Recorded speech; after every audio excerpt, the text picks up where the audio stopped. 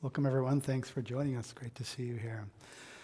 I'd like to begin today's conversation about forests and indigenous people by acknowledging the Ohlone and Coast Miwok people who inhabited the Bay Area lands for 10,000 years.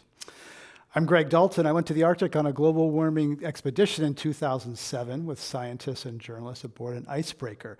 When I returned, experiencing climate change at the top of the world changed my life. And when I returned, I created Climate One as a project here at the Commonwealth Club. For the last 12 years, I've been interviewing leaders about how burning fossil fuels changes all of the systems around us, our food system, our water system, our ecosystems, our lifestyles, and our economy. Climate changes everything.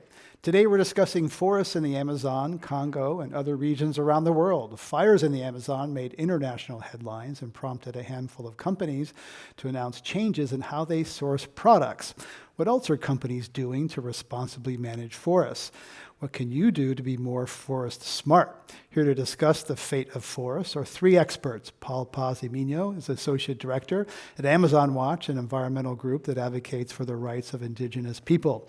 Tara O'Shea is Director of Forest Programs at Planet, a San Francisco company that builds and operates satellites that image the Earth's surface every day.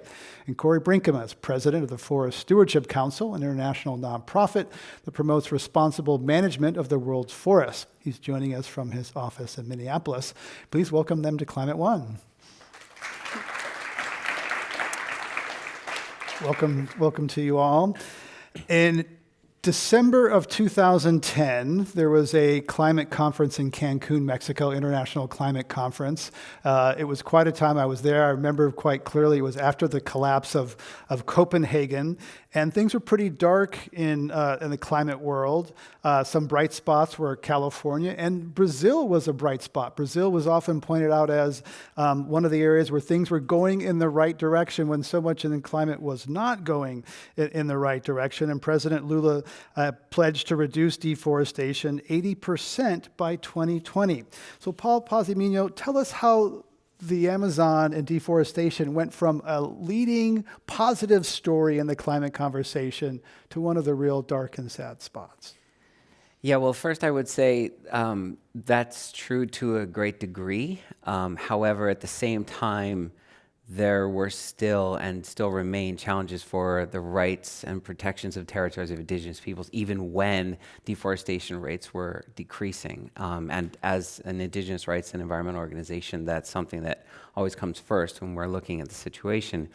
However, it's true that with a lot of pressure and a lot of international focus and global attention, we were moving in the right direction. Brazil was moving in the right direction. Deforestation was down. Monitoring of deforestation was down, and the pressure on illegal loggers and mining, et cetera, was increased. And so agencies that were monitoring it, like IBAMA, for example, which is Brazil's environmental protection agency, were able to target and even destroy machinery that was involved in deforestation until the current regime, and things have shifted drastically in the last few years. So Tara O'Shea, explain the fires that were in the headlines earlier in 2019. Where were they? What was causing them? Kind of refresh us on the basics here. Yeah, I think it's really important to note that the fires that happened, and are happening at this time in the Amazon basin, the majority of which are on lands that were cleared this year. So it's sort of different from how we think of wildfires here in California or in the global north, where it tends to be from a buildup of biomass. There's a lot of pressures, as we just heard, in Brazil to clear land for agricultural production, and that's typically done in kind of a slash and burn process. And that's actually what we're seeing now, and we're seeing it in the data. There's increased amounts of forest clearing, and there's unprecedented amounts of forest fires. And unprecedented. So there was some debate, really, actually, that it was about, whether this was really larger magnitude fires or whether it was just more increased attention to them. So if you look, over the last 10 years, there's some debate of whether these fires were really that more, it was more than last year, but, to give us, the historical context, were they really as bad as they were portrayed to be? Yeah, I do think it's twofold. I think transparency has increased, and you see that not only with advances in Earth observation technologies, but also sort of just access to media. But that being said, it is more, and it's more than the historical baseline that we've seen, and sort of both of those factors are increased, both the clearing as well as the fires. Okay. Corey Brinkema, your origin story for your organization actually dates to Rio in 1992. Tell us that connection. Sure. So, the Forest Stewardship Council really grew out of the failure at that Earth Summit in Rio in 1992, where governments were coming together in part to tackle especially tropical deforestation.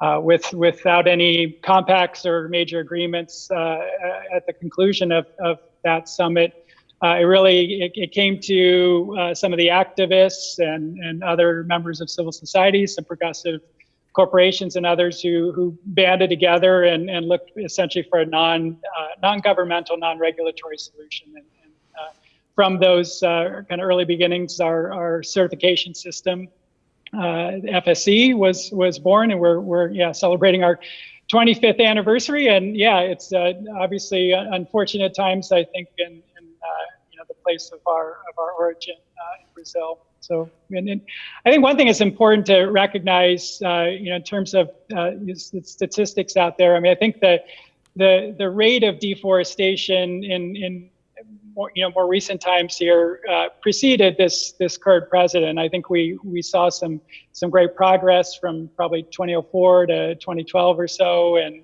then with the recessionary impacts and corruption in the government, I think some of the ability of the government agencies there to police the laws that were on the books began to decline, and then obviously with this current administration, we've seen, I think, in the last year, deforestation rates by several accounts increasing twofold from just last year.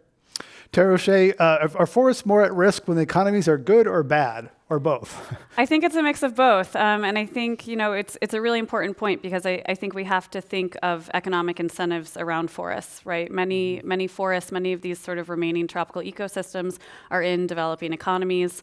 There's a lot of pressure for economic growth. And, in many places, the economic incentive is such that it's more lucrative to use land for agricultural production than it is to maintain a forested ecosystem. And I think you see that at play, in terms of soy in Brazil or palm oil in Indonesia. And that's really, often at the root of the problem. And so you have to think of it as a global issue. It's certainly linked to global trade.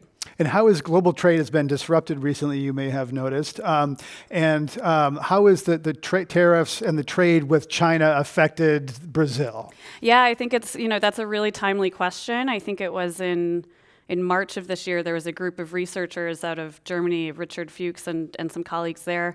And they actually sort of said, that the amount of soy export from the US to China was down 50% due to our tariff war.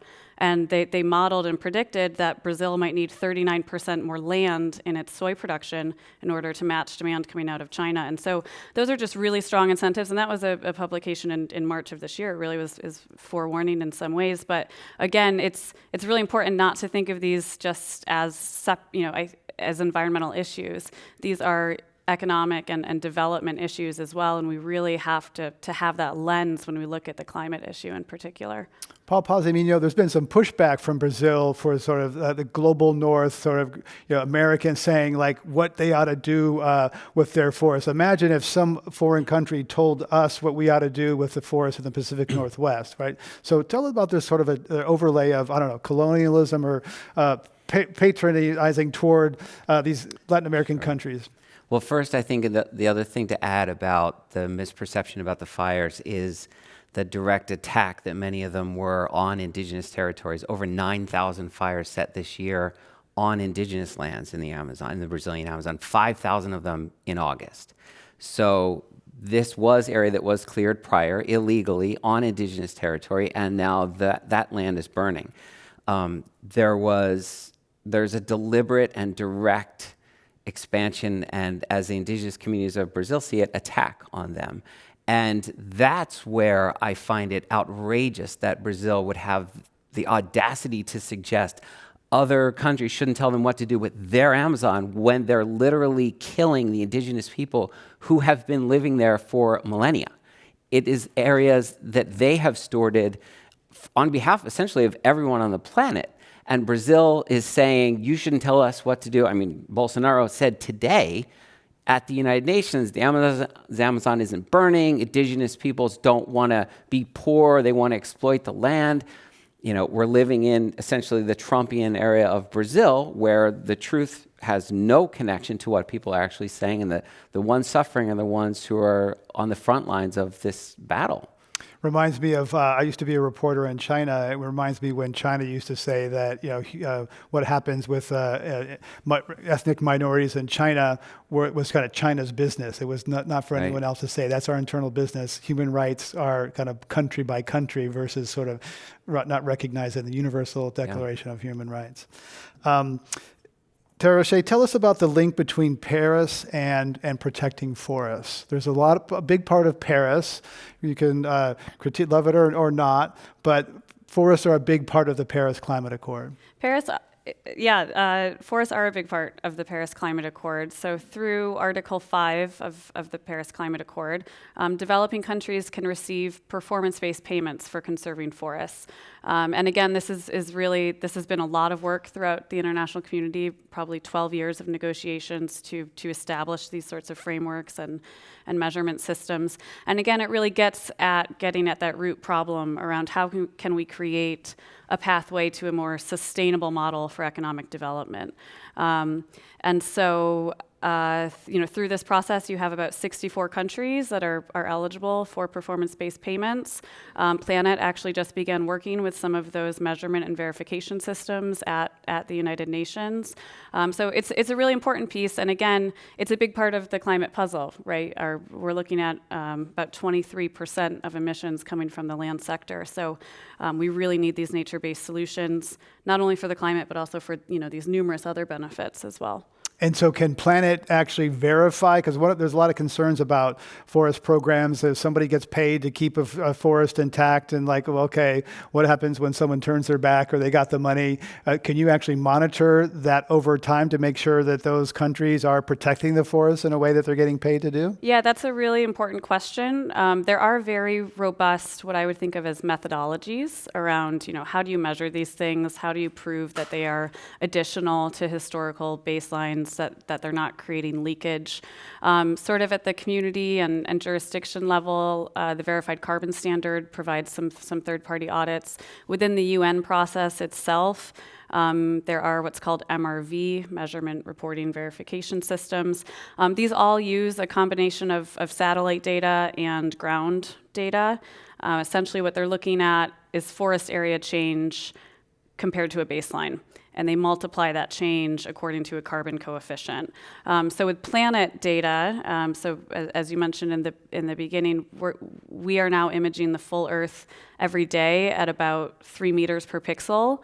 So it's sort of an unprecedented data set in terms of spatial and temporal resolution. So where we are really focused is providing a new data set into that forest area change estimation. So in short, yes, our data is very helpful in making those more accurate. Paul Pazimino, California has a new tropical forest standard, and the idea is that people could achieve some savings or California companies can get some credit by protecting a forest somewhere else. This is, I believe it's proposed. You got some problems with it. Yeah, we have a lot of problems with it. We've brought many Indigenous leaders up to engage with the board before that moved forward. This is the California Air Board, which is starting to implement this, yeah. I mean, the bottom line is that we are here working to protect the environment on behalf of everyone who lives on the planet. Nobody gets more of a right to enjoy that than someone else. And what we and our Indigenous allies would call that is a scheme to essentially allow one to pollute somewhere and harm someone, usually communities of color, in order to benefit somewhere else. And there are other ways to go about protecting forests. And so we've seen leader after leader come up and explain this is the system that put them in the place that they are, to have to challenge and fight for their right to exist and to protect their forests. So by California doing that, and my hope is that the governor will not proceed with it and it will not become a policy that we use as a state, there are so many other things that we can do that would actually protect forests instead. And so we would label that a false solution. And I think, because of the kind of organizations we are, we take the lead from the Indigenous communities who are on the front lines first. The Indigenous Environmental Network, Tom Goldtooth, has said plenty about why the Tropical Forest Standard is a perpetuation of the system that has repressed Indigenous communities in the United States and elsewhere for generations. Almost a decade ago, the Consumer Goods Forum, a global consortium of major retailers and manufacturers, pledged that their 400-member companies would achieve zero deforestation by 2020. As that date approaches, they are not even close. Sarah Rogerson works with Forest 500 Project, which tracks how large companies and financial institutions are linked to deforestation. We focus on tropical deforestation. So we're looking at Latin America, Southeast Asia, and some parts of Africa as well.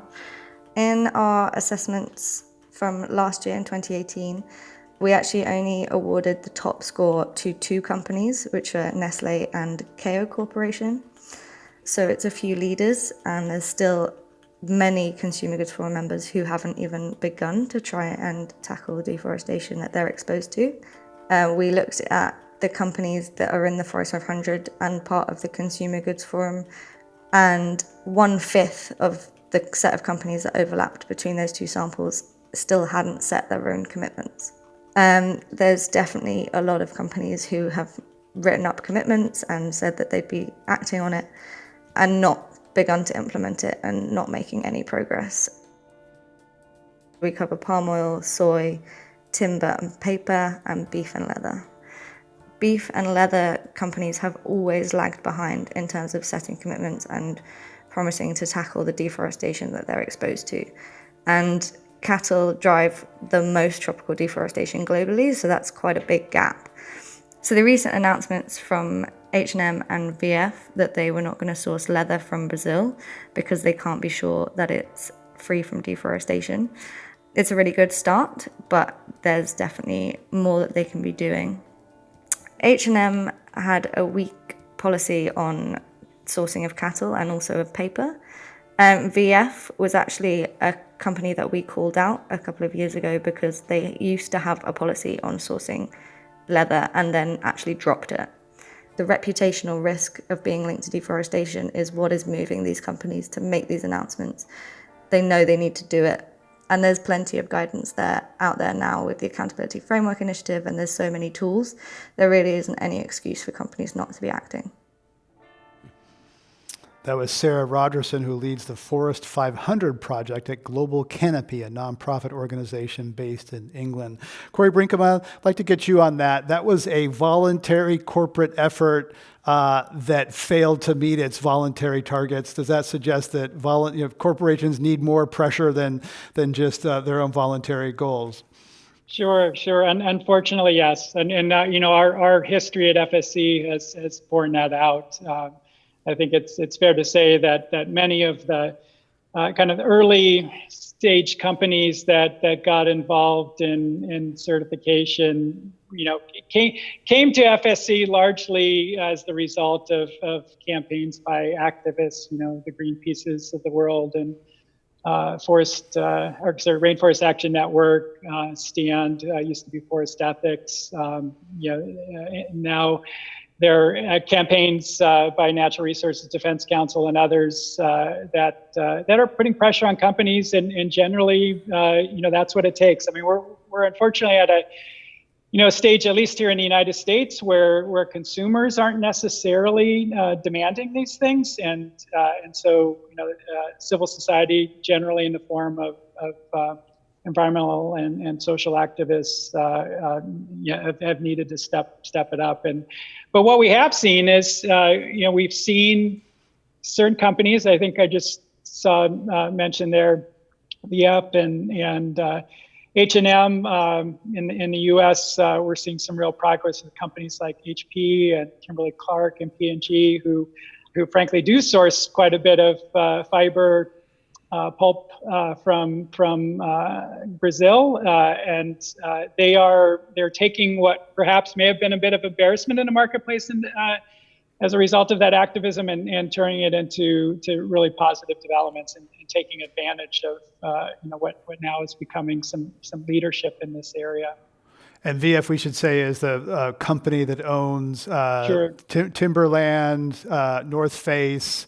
I think they own Vans and a bunch of, it's kind of umbrella company that owns a bunch of brands that people know. Paul Pazzi, you think that VF, Timberland, North Face said they're not going to source from the Amazon as a result of the fire. Do you think that's the right move? Yeah, that's fantastic. That should be applauded, and other companies doing the same thing should be encouraged and patted on the back when they do. The challenge, though, is that it's really the financiers behind the companies, the Blackrocks, the State Streets, the Vanguards, who are the largest players when it comes to the deforestation, and they are not doing anything at all. They are talking the talk. Larry Fink, the CEO of Blackrock, today we delivered hundreds of thousands of petitions in New York, and representatives from indigenous nationalities in Brazil went to say, we came to your shareholder meeting in May. We told you that this was going to happen. BlackRock is the #1 investor in climate change in the world, in coal, in gas, in deforestation in Brazil. And you have the power, the actual power to make a huge change when it comes to this. He was disregarded. In fact, the representative from Brazil was the only shareholder or speaker that Fink ignored during that shareholder meeting.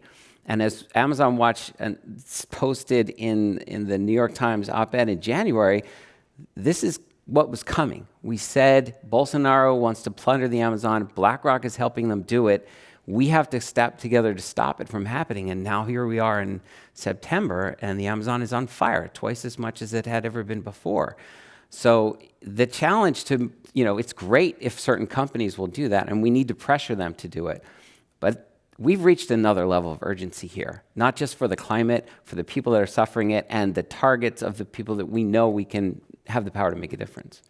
Some environmental groups, though, say that boycotts are not an effective way to pressure Brazil or other governments. Elizabeth Sturkin works with large companies as managing director at the Environmental Defense Fund.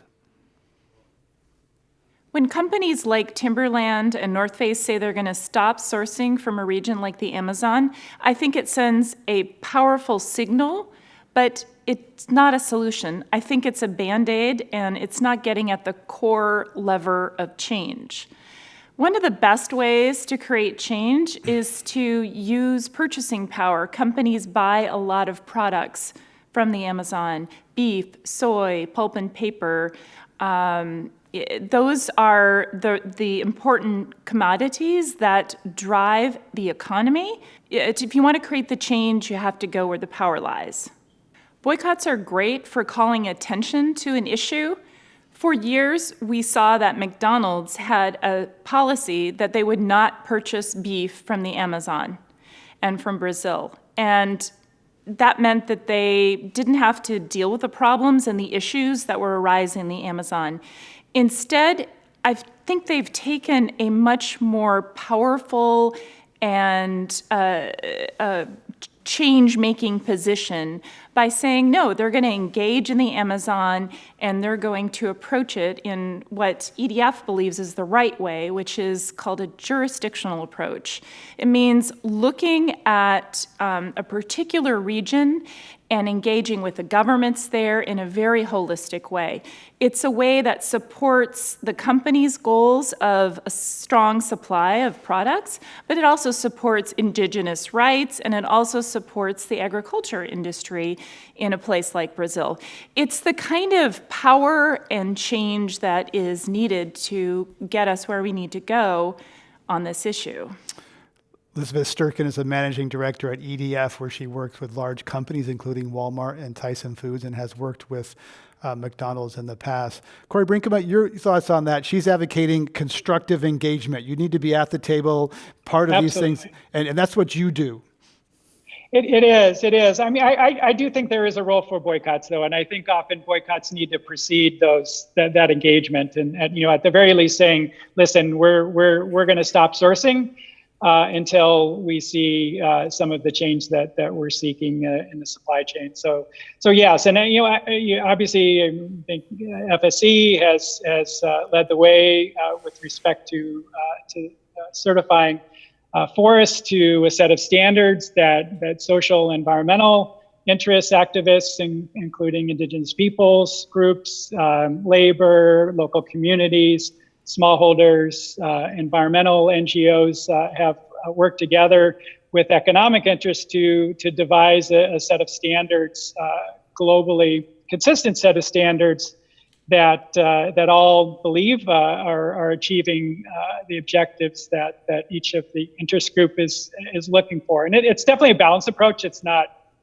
absolutely not necessarily the highest standard that any one group would necessarily arrive at, but in our world now, we have, I think, some 500 million acres of certified forests and 38,000 companies participating in FSC. I think we're at about roughly 20% of the global trade in roundwood. So we're still have a ways to go, but we've proven that a solution like this can have real impact. But I think one of our challenges in Brazil in particular, and the Amazon, is that most of the certified wood and fiber coming out of that region is in the form of plantations that are largely on lands that were deforested 50 years ago, and it's mostly what used to be the Atlantic forest. And so what we essentially have done is create a platform for that engagement for companies that want to purchase from Brazil, to work with local companies, with local stakeholders, and identify the solutions that we're seeking on the ground there.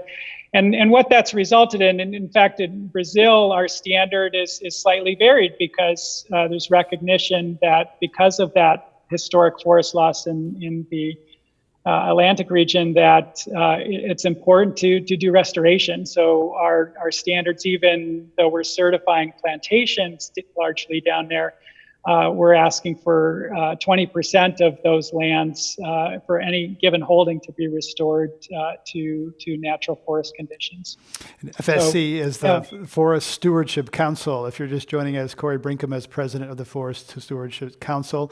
Other guests today are Tara O'Shea, director of forest programs at Planet, a company that operates low-orbit satellites that image the Earth's surface every day, and Paul Pazimiño is associate director at Amazon Watch, an environmental group that advocates for the rights of Indigenous people.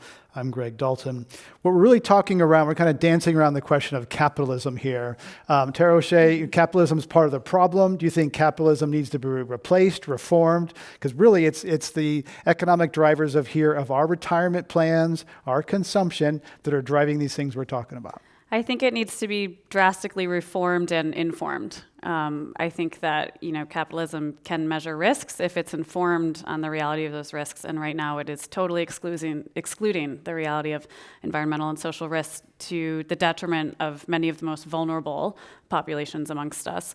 And so I do think there is a pathway whereby if we can more cost effectively and practically measure the reality of global change, then we can more practically account for it in our economic decisions, transactions. I think you'd see, we mentioned here, these are really complex problems, and many of these companies that have signed up to these targets, they're not necessarily incentivized to solve it even in their own supply chain yet. And it's really getting to the root of those incentives. And that's the way we need to be focusing our solutions. I often say if you put Bill McKibben in the charge of a big oil company, he'd last about a week because he would do things and the shareholders would throw him out. And the shareholders would be people that everyone listening to this may be invested in through their retirement plan, or their parents are.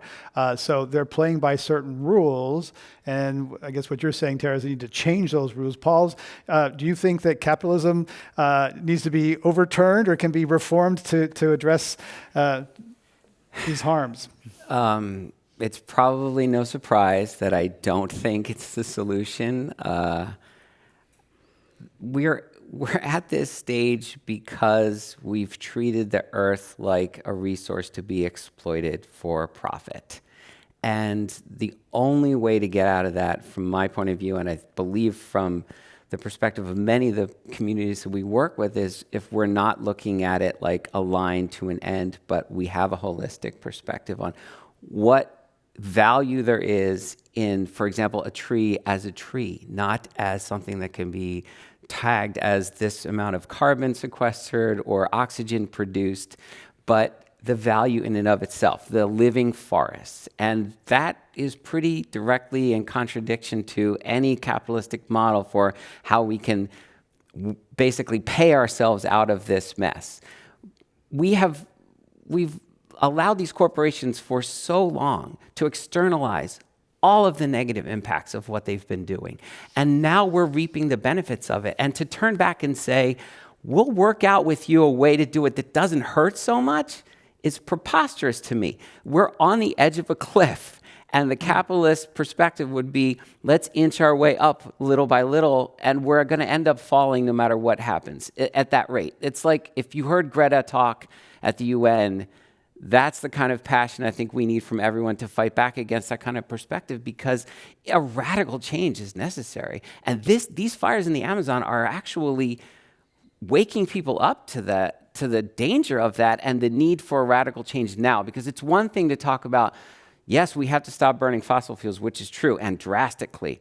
But it's not as visceral a reaction as you see what essentially is the lifeblood of our global weather system burning away every moment that we don't do anything to stop it. And other people are setting more fires while we talk about it. So that, I don't have the answer to, okay, capitalism isn't perfect and here's what we do, but I know that's not the solution. And if we want to sit and talk about the ways that it could be, I think in the meantime, we're spending all the time we have left to really deal with the problem. Incrementalism is, belief in incrementalism is some form of denial.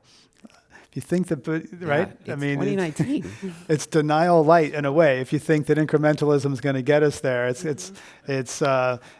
on the tree thing, I saw something once that if a tree, it's getting hot these days, right? And I'm pretty grateful for every tree that I go by and there's shade, and yet that tree doesn't show up in a measure of GDP. But if someone buys lumber and constructs a shade, that counts as GDP. Yeah. But what nature provides, that shelter that I'm increasingly appreciating on the warm streets of San Francisco as it's into the 80s and 90s, trees are beautiful and they're providing that service, but we don't count it. Tara Shea, I want to switch to the Congo as an area that we haven't talked about. We've been talking a lot about the Amazon. The Congo is an area where tell us, the forest there coming out of conflict, some interesting things are happening. Yeah, I think in many ways the Democratic Republic of the Congo is a success case right now in terms of forest conservation. It's important to look to those optimistic places as well, I think. The DRC is one of the first countries to receive performance-based payments through the Paris mechanism, through the World Bank Forest Carbon Partnership Facility. Mozambique and Indonesia also received performance-based payments this year.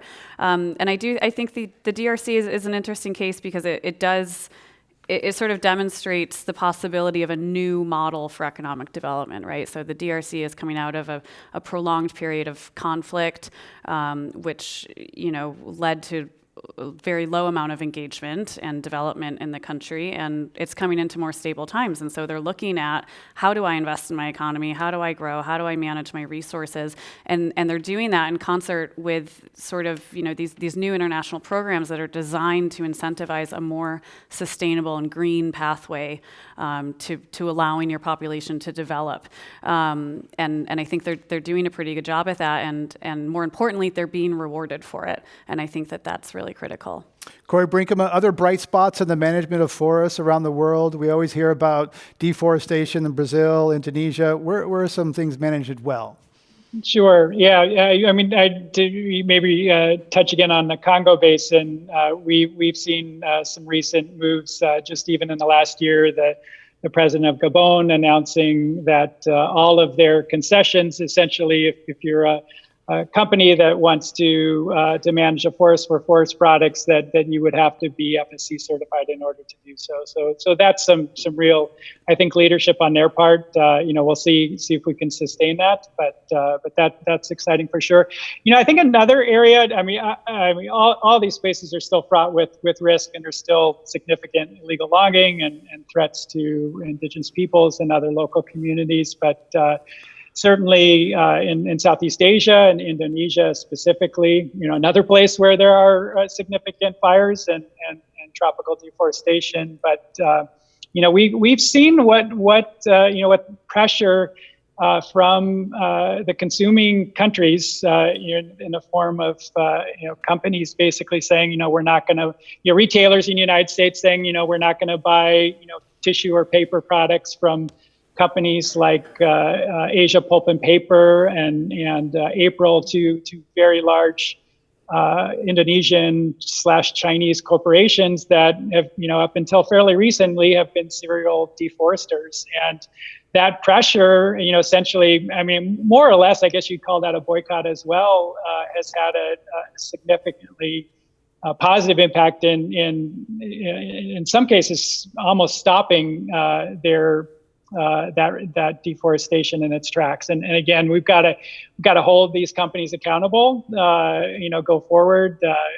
They still are highly imperfect, but again, we see them now considering the possibility of certification, wanting to play nice, I guess, with some of their major customers in places like the U.S. and Europe and Japan. Going to ask some quick questions, true or false, to our guests, beginning with Paul Pazimino. True or false, Brazil's leftist president, Lula da Silva, approved construction in the Amazon of the Belo Monte Dam, one of the largest in the world. Yes. True or false, Tara O'Shea, planet satellites could be used by governments to locate and target indigenous populations in the Amazon. True.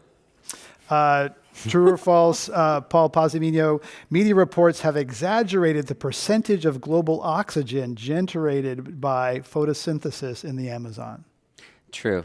I don't think intentionally, but true. That was a false stat. That was 20%. It's more, Tara, more like what, 5 to 8% of the oxygen comes from the Amazon.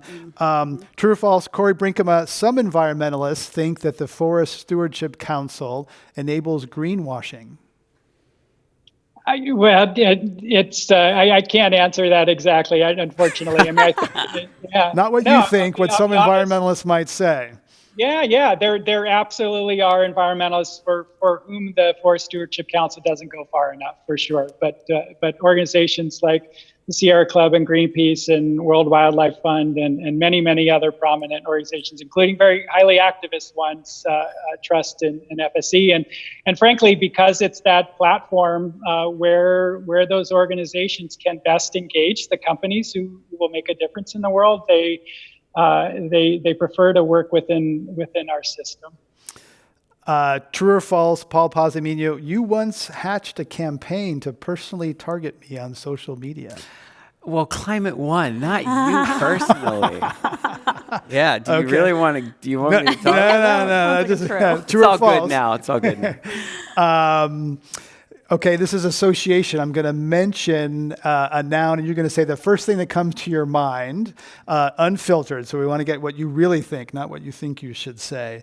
So Tara O'Shea, what's the first thing that comes to mind when I say facial recognition technology? Scary. Corey Brinkema, IKEA, depending on where you. It's certainly a world leader in looking at a different economy for forests and forest products. They hope to be one phrase or one statement. Sorry.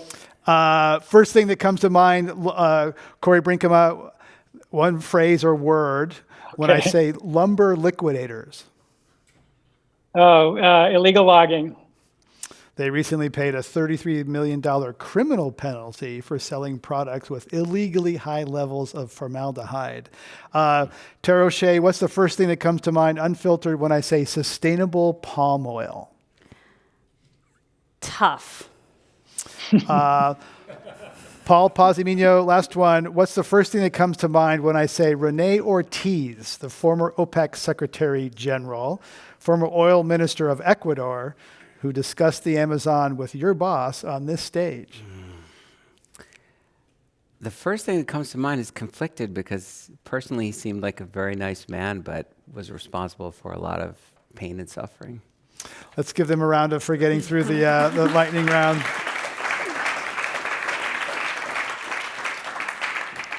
Paul Pazimino, the New York Times, The Weekly, which is their new TV show that kind of took the daily and went into video, did a fabulous piece on gold mining. And gold mining is really one of the untold stories and drivers of deforestation in the Amazon. And gold is in all of our phones. So tell us, connect those dots for us. Well, gold mining throughout the Amazon, a lot of which is in Peru too, and there's a challenge not just for gold. We haven't talked about mining much at all. There's the lumber, there's other products we're talking about, cattle, but mining is a massive driver of deforestation, and we're going to rely on mining to have the new technologies that we also need to move off of fossil fuels. So there's a challenge there too. I feel like with everything that we're talking about, a rights-based approach to dealing with all of it is actually the most effective, not only just, but most effective way to handle it, whether it be mining or any of these causes. And it's actually been shown that the best way to protect forests is to enable the rights and advance the rights of people who are protecting it. So when it comes to mining, there can and may have to be a way to find a way to produce it so that we can not harm communities and the environment, but get to the minerals that we're actually going to need. Now, gold mining, obviously there are certain elements of it that are important for some of those technologies, and there are other uses of it that really don't benefit society, but simply serve to people. Right, and on renewable energies, there's permanent magnets that are in wind turbines. There's cobalt, lithium. Yeah. There's an organization, I think Earthworks, is it, that's done some work on this new economy is cleaner, but there is mining implications. If I drive an electric car, there's lithium things that come out of that. Tara O'Shea, are you able to obviously Planet can see where those mines are.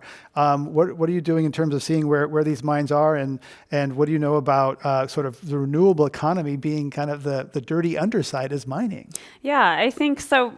You're right. Like, we do have all of these new tools, but I want to clarify, technology can help, but it's not a silver bullet. We need a framework in which to apply these tools to supply chain management, right? So I think in many parts of the world, especially in the parts of the world that we are talking about, there's a lot of smallholder farming and mining, and often they work their way through these very complicated global supply chains up to these conglomerates, which again haven't necessarily been incentivized to figure out their supply chains. So let's say, even if you could use data like that coming from planets to kind of automatically detect deforestation somewhere, there's still a question of, do you apply that to a radius around a mill?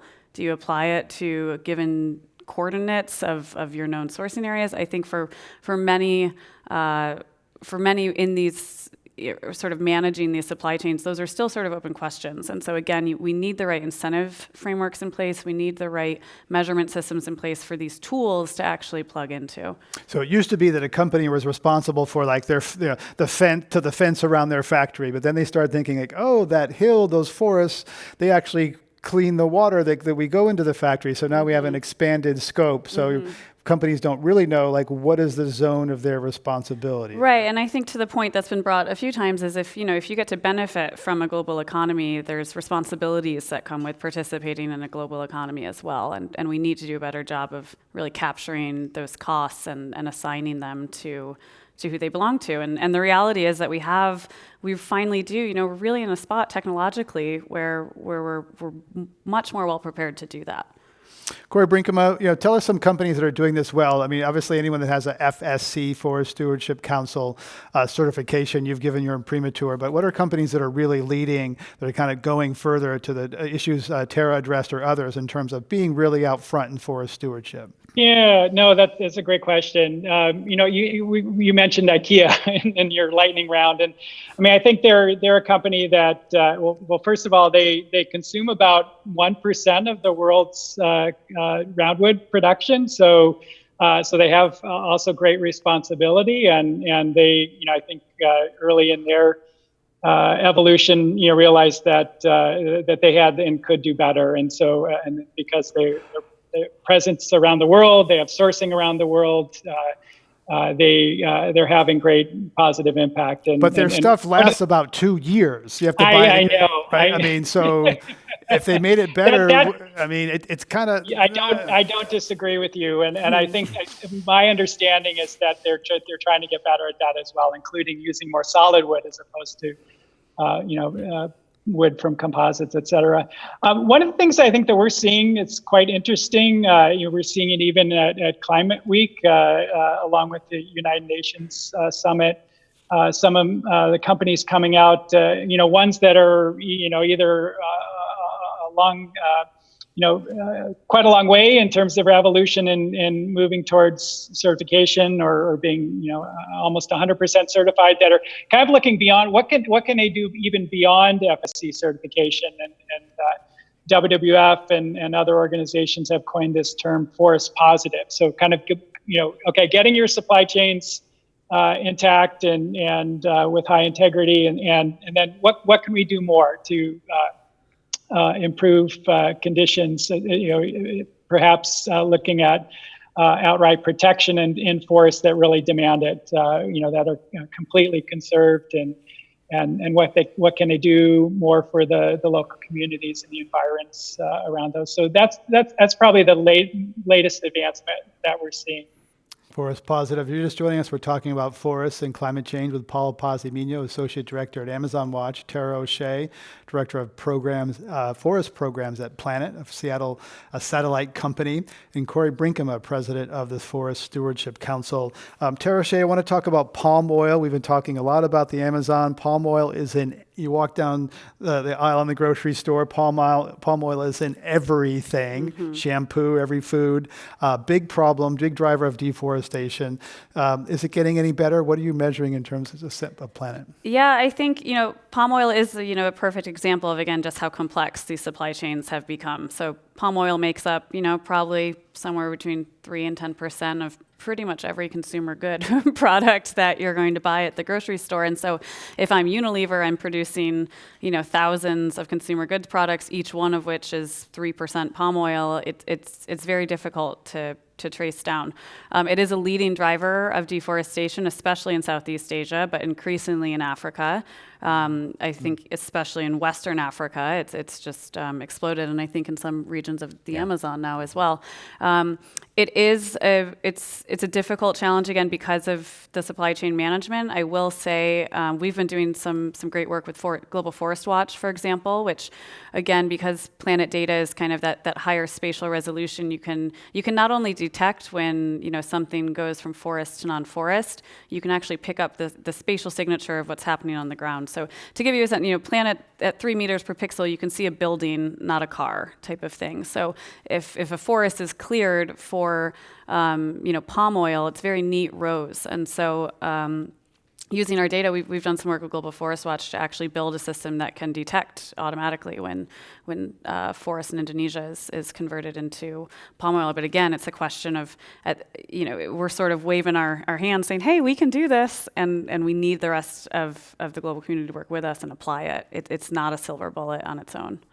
Paul Pazimino, one of the approaches to these sorts of things is to cordon off a area of forest and say this is a preserve or a national park. In fact, when we mentioned North Face, one of the founders of North Face, he did that with thousands of acres in Chile, right? The Tompkins conservation effort to basically sort of protect nature. What are the problems with that approach to try to rope off forests or other areas for conservation permanently? Well, I think Sierra Club could talk about what the Trump administration is doing to protected areas in the United States and have a whole panel just on that discussion. And the same thing in Latin America, in Yasuni National Park, the most biodiverse part of the Amazon, which is now being drilled for oil by the Ecuadorian government after years of campaign to protect it. And it's the home to many indigenous communities, including isolated indigenous communities in voluntary isolation. So one day it's a park, the next day it's an oil field, and that's not going to cut it. Right. And in terms of the indigenous people, I'm just thinking again about, we mentioned them. Most people don't really interact with indigenous people, don't talk to them even in our own country. So, tell us a little more about who these people are. We have this label, but I mean, this image of someone who's, quote, primitive. Right. Well, one of the most, I think, encouraging things about the climate movement in the last few years is that indigenous communities are at the front of those messages. They're at the front of every march. They are welcomed, and their voices are enabled as the first ones to be heard from, because they literally are the front lines of this fight. But you can't just fall into, stereotypical images of what it means to be an indigenous person. I mean, right now, Sonia Guajajara, who is one of the leaders of her community in Brazil and is the head of the National Association of Indigenous Peoples of Brazil, ran for president, is in New York challenging Bolsonaro directly. And of course, he's making racist attacks against her. She is a very sophisticated and well-organized, powerful advocate for the rights of her people and for Brazil as a country. I mean, she ran for president because she wanted to be president of Brazil, not just someone who's looking over her indigenous territory. So they're very much, certainly in Brazil and in other countries, a part of the culture and the countries they're a part of, but also they bring, in many cases, an additional perspective of the length and the stewardship of the forest that is needed in order for us to actually survive the climate crisis. And, obviously, putting people on a pedestal is always a challenge. You have to work with them and treat them with the same level of respect as anybody else. But the answers that we are seeing as organizations working on indigenous rights and environmental issues that come from indigenous communities seem to us like the ones that are actually viable alternatives to make it through this crisis. And really, that's the stage we're at right now. There are a lot of solutions out there, but we're at the precipice essentially, and we have to look at what's the most critical thing to focus on right now. Bill McKibben, after Bolsonaro was elected, said, the fight to preserve the Brazilian Amazon is the most important environmental fight, period, right now. We're up against that, right? So if indigenous leaders there are the most effective ways to protect it, we have to get behind them. I've heard a term from my kids about cultural humility. That would take a lot of cultural humility for people to think in the global north they could learn from indigenous people. Yeah. That would take a lot of cultural humility. We're going to go to our audience questions. Invite you to join us over there at the microphone with one-part comment or question. Please briefly state your name. The first bold person will go. No, we'll maybe have some young people here. Someone will make a dash for it. You can briefly identify yourself and with a comment or question for one of our guests, including Corey. Welcome to Climate One. Hi, thank you. My name is Johnny Fu. I'd like to know a little bit more about what you mean by an indigenous solution. I think that's something you've been advocating, and it's better than, let's say, a new forestry standard that's applicable internationally. What's the local solution look like? So many of the indigenous communities we work with throughout the Amazon have what some people refer to as life plans, or in the case of Sariaku, for example, in Ecuador, they call it Causaxacha, or living forest, which is not only a permanent protection of the Amazon and the region where they live, but an understanding of the relationship and that the forest is alive. If we don't treat it as a commodity, if we treat it as a living thing like we would another person essentially, then it elevates the level of respect that we have for it. And we're not having a debate about should this area be cordoned off and used for, imagine like this arm is going to be used in some economic endeavor. It's your arm. You're not going to have that kind of discussion. So when it comes to indigenous solutions, it's a fundamental shift of the way we see these natural resources and how we interact with them. And my point about capitalism earlier is because we've gotten so far away from that, we're now in the dangerous position that we are. If we'd had an approach more similar to that years ago, we wouldn't be having these discussions. We would have realized that the direction we're moving in is going to put our very existence on the planet in jeopardy. So when it comes to those solutions, it's actually identifying those life plans, getting behind the communities that are advocating for them, and then replicating them elsewhere, locally. Even in places that have been developed like the United States. There are many indigenous communities who are still active and organizing here right in San Francisco. And their attitude about the way we look at the effect of our participation in our economy and in the environment, with the Chevron Richmond refinery, for example, and expanding that and what that means for jobs, never letting go of the issue of what is the impact it's going to have on our relationship to the environment here and the people who live in Richmond. So that has to be an element throughout everything that we do, and that's what I would think of as an Indigenous perspective. Let's go to our next question. Yes, welcome to Climate One. Thank you. My name is Aaron Rivera. This question is for Tara. You mentioned measuring the reality of global change, and I'm wondering if you could explain what you mean by that, what the state of visibility is into global change right now, and what visibility do we need to get to? Yeah, that's a really good question. I think at the root of a lot of these issues is that you can't manage what you can't measure, and we've been really bad at measuring the reality of our impact on the environment. And I think that's for a number of reasons. I think to this point we haven't incentivized ourselves to care in the right way. We haven't felt the sort of negative feedback loop quite yet, but we're starting to. And we're, those of us, I think many vulnerable communities already are. And I think it's also been a technological problem, especially when you look at kind of global issues like, how does global trade interact with land use? I think we've been somewhat limited. So, at Planet, where we focus, we really try to focus on, what can this new data set do to help solve the problem? So traditionally, monitoring forests, we really started doing it in the 1970s with the NASA Landsat mission. Landsat is still going today. It images the whole Earth about every 21 days at 30 meters per pixel. So again, it's kind of, you can see like green, not green, which again is helpful. It's given us this archive to understand. But in terms of really understanding, especially in near real time, what's happening on the ground, it's tough, especially in the tropics, which, by the way, are cloudy. So if your satellite goes by every 21 days, you're probably going to get a clear picture every few months.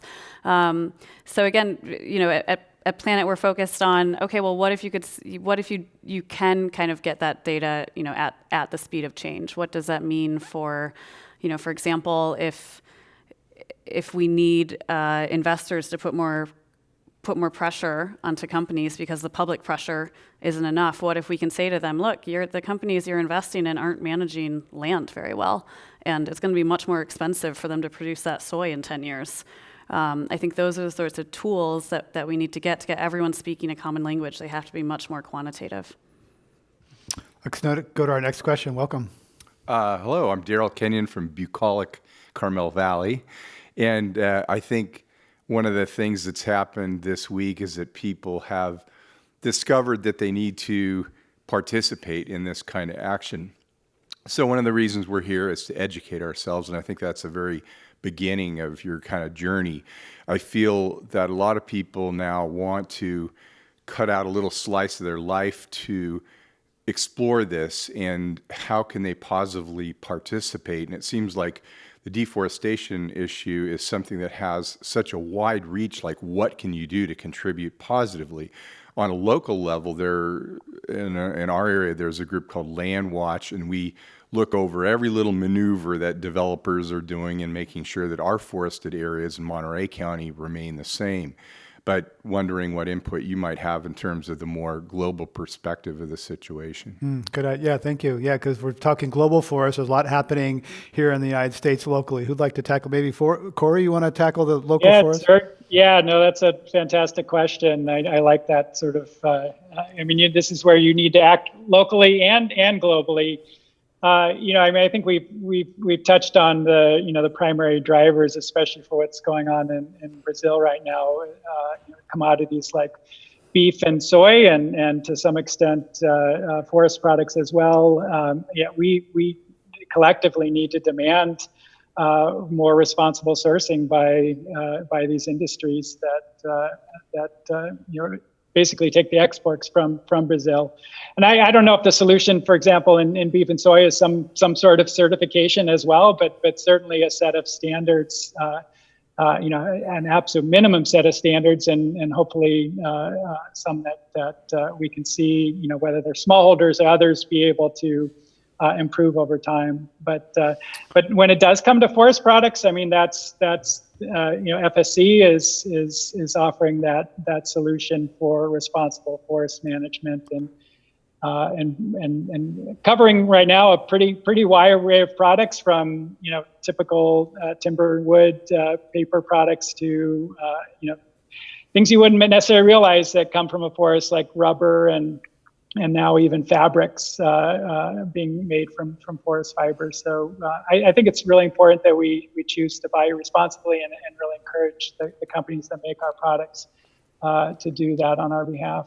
Tara Shea, there's a lot of questions here in California about whether to rebuild in forested land. There's been all the fires, and there's questioning of land use, whether people should rebuild in a place like Paradise, whether a lot of people are being told to create defensible space around their home, 30 feet, now it's 100 feet. What can you see from Planet in terms of these areas that have been devastated, or maybe these areas that are at risk? I can imagine insurance companies looking at your data and saying, oh, I'm not going to insure this area because it's a tinderbox. Yeah, it's a really interesting and, again, timely question. We actually just launched a partnership with the Gordon and Betty Moore Foundation here in the Bay Area, following the awful fires of last fall. They brought together a group of folks from the insurance industry, from everything from CAL FIRE to some of the National Defense Labs, to really look at this problem and say, why do we have it so wrong in California in many ways?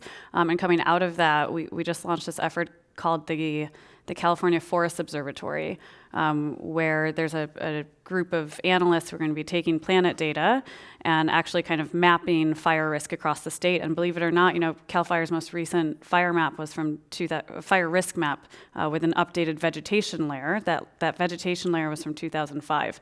And so I think, again, it's a matter of kind of having these more practical tools. If I could go back to the question of what we can do, I think one important lever also is to keep up demand on the financial sector. I think that we really underestimate that as a lever of change. There's a lot of money in the world. It's flowing in a lot of wrong directions. So if you have a retirement savings plan through your work, it's probably managed by Vanguard or Blackrock or someone. Make it known that employees want sustainable investment products as part of that portfolio. Keep up the demand for sustainable investment products, and you're going to see more implementation of these monitoring systems, and you're going to see more action from the companies. So as we wrap up here, let's end up on an upbeat here. What do we see, Paul? What do you see as some bright spots, whether protection of indigenous people or of forests? Bring us home on an upbeat. Well, okay, I'll do my best. It may not be in your nature, but try. I mean, so right now, in the last month, to be totally frank, I've worked every single day, usually 12 to 14 hours. At Amazon Watch, it has not stopped for an instant because there's so much more attention. Like we feel the anxiety of we must capture this moment and make sure it never goes back to normal. This is the new normal.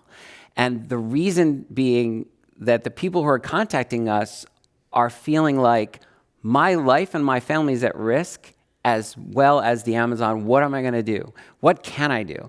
They don't just send money. They want to know how they can donate. How they can donate their time, how they can volunteer, who they should be calling. We all can be, and in my view, have to be climate activists anymore. Learning about stuff is great. We need to educate ourselves, but if we're not acting at the same time, it's not going to make a difference. It's too late. We have to decide, okay, we're in university now, and that we're going to sign up for the classes. Maybe we can specialize, whether it's satellite imagery, whatever our specialization is going to be, but it's going to come with action and it's going to come with engagement. So if you're not supporting an organization that's doing this work voluntarily or by donating, if you're not engaging in your local community to find out about things like the Tropical Forest Standard in California, there are local actions that will affect global decisions and impacts on people halfway across the globe. Now we know the positive things. We know we can do those things. We know they're effective, and there's a whole group of people out there organizing action to make it effective. We're going to pressure Blackrock until they change. And now you can find out how you can be a part of that and join that pressure and know that it's going to make a real difference. Before, you might have thought, I don't know, I can make a phone call, but is that going to be enough? No, there's a campaign. So support the people that are doing it. My son is 11 years old. 2 months ago, I had a conversation with him, what are you going to be when you grow up? And it was both a bittersweet thing because he said, well, I've got to be a climate activist because what's the point of doing anything else? And now, of course, he's my son, so he hears this stuff a lot, but he gets that there's nothing else to do right now if we're not going to make a change here. So the positive thing for me is people are doing it in a way they've never done it before. It's not quite enough yet, but look at yourself. It's not just what you eat or don't eat or what you drive or don't drive. It's where are you engaged and how are you engaging other people to do it? Now's a moment to seize to get other people to take action with you. Corey Brinkema, bright spot quickly before we wrap this up that you see. Yeah, no, I would expand on what Paul just said. I mean, I do feel now, this is more than just a rebranding from climate change to climate crisis. I think that, whether it's the Amazon fires or the hurricanes or the fires in California, I mean, I think it's becoming so real and visible for everyone. And it's hard to not have this conversation with just about everyone, you meet. And so I do see the conversation elevated, and I think it really is now taking it to that next level. It's organizing and voting the right way, and also voting with your dollars. I do see this becoming a movement. Tara Shea, last word. I agree with the awareness. I think, it is becoming real, and it's becoming real in a way that we can measure and act on that information. And I think it's really just a matter of coordinating across sectors to do that. I'd like to invite you to join us for a reception outside where you can talk more about the action you're going to take and the thoughts of what you learned here and learn from each other. Hope you get to meet some new people here. Say hello to the person next to you in the audience if you don't know them. I'd like to thank the Climate One crew, Adam Arnov, Billy, Brian, Chelsea, Justin, Kelly, Sarah Catherine, Spencer, Steve, and Tyler. I get to sit up here with these luminaries and learn from them, but they make it happen. So let's give them a round of applause for...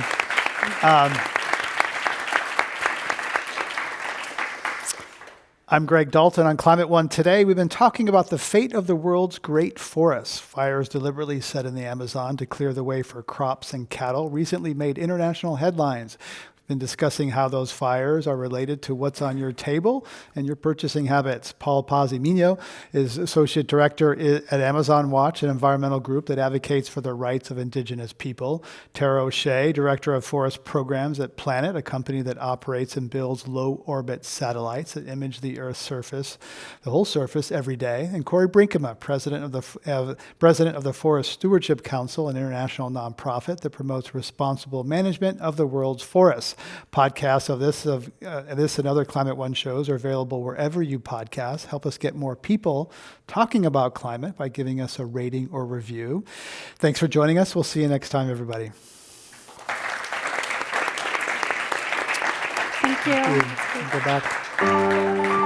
Take our mics off.